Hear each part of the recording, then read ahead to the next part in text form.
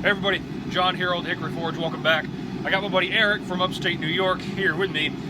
You guys have never met Eric, but a little bit of background info on me and him. We actually met back in the Army when we were going through some training, and we both failed the psych eval, and we got put in the formation next to each other, and we became best friends. So when me and him get together, big things happen. So what we got here, a 3-inch round, 10-pound Blankus from 1045.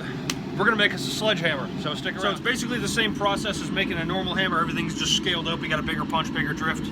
Ready? Yep. We're just gonna do a light tap to mark it at first, make any adjustments we may need to. Do it again. Right. So, moving right along, punching this hole, we're gonna go 3 strikes this side. Then we're gonna turn the billet and go 3 strikes on the opposite side. This billet's actually too big for my hammer eye tongs, so we're just kind of wrestling it around, but it's getting the job done, slowly but surely. Also, I'm not the most confident striker in the world, so thanks to Eric for putting up with that. All right, moving right along, punching this hole. We're coming from the other side now. We switched from an 8-pound hammer to a 16-pound hammer, speed things up a little bit. We're going 3 strikes to turning our billet, keeping the punch cool as we go.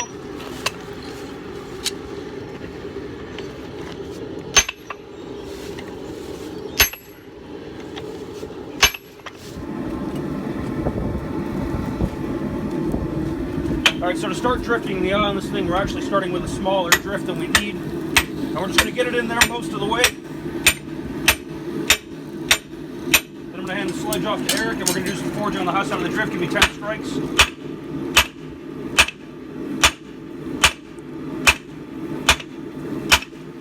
Good. 10 more.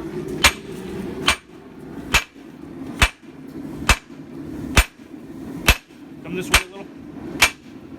Good.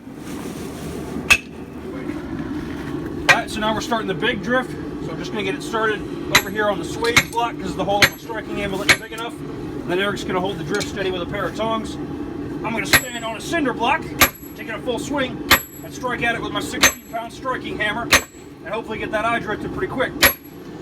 Alright, so we're about ready to do the fullers on this hammer. Drifting the eye took quite a while. We got James from County Line Forge here to help us, link in the description. Eric's going to decide where he wants his fullers in direct, and I'm going to strike for him. Right there. Again.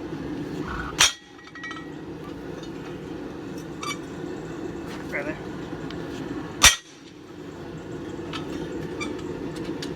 It's working pretty good. Yeah.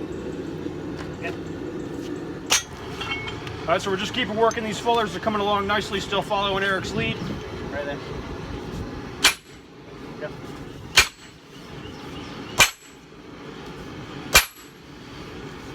Anyway, we got the fullers established, and now we're just working the 45s to dress them up, so I'm still following Eric's lead. Right there, go. Yep. And we're just cleaning up those fullers, making them look nice. They're coming in really, really great. Yeah. Alright, so last step in making this hammer, we got to get these cheeks planished up. So we're going to bang our drift in where we had it.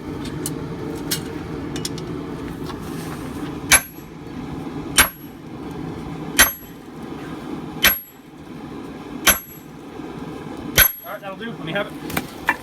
And then we're going to come over here to the striking anvil with the 6-pound hammer. We're going to forge on the high side of the drift and get those cheeks smoothed up real nice.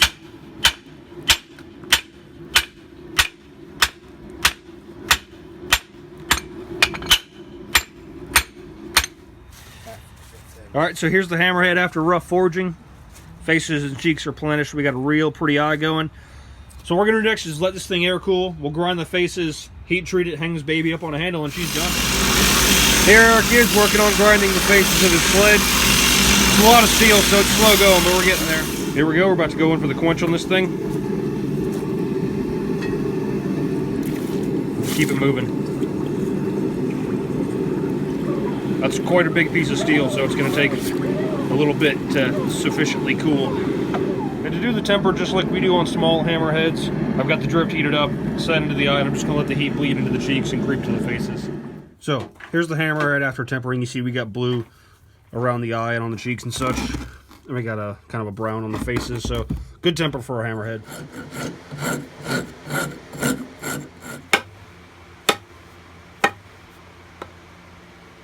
Oh.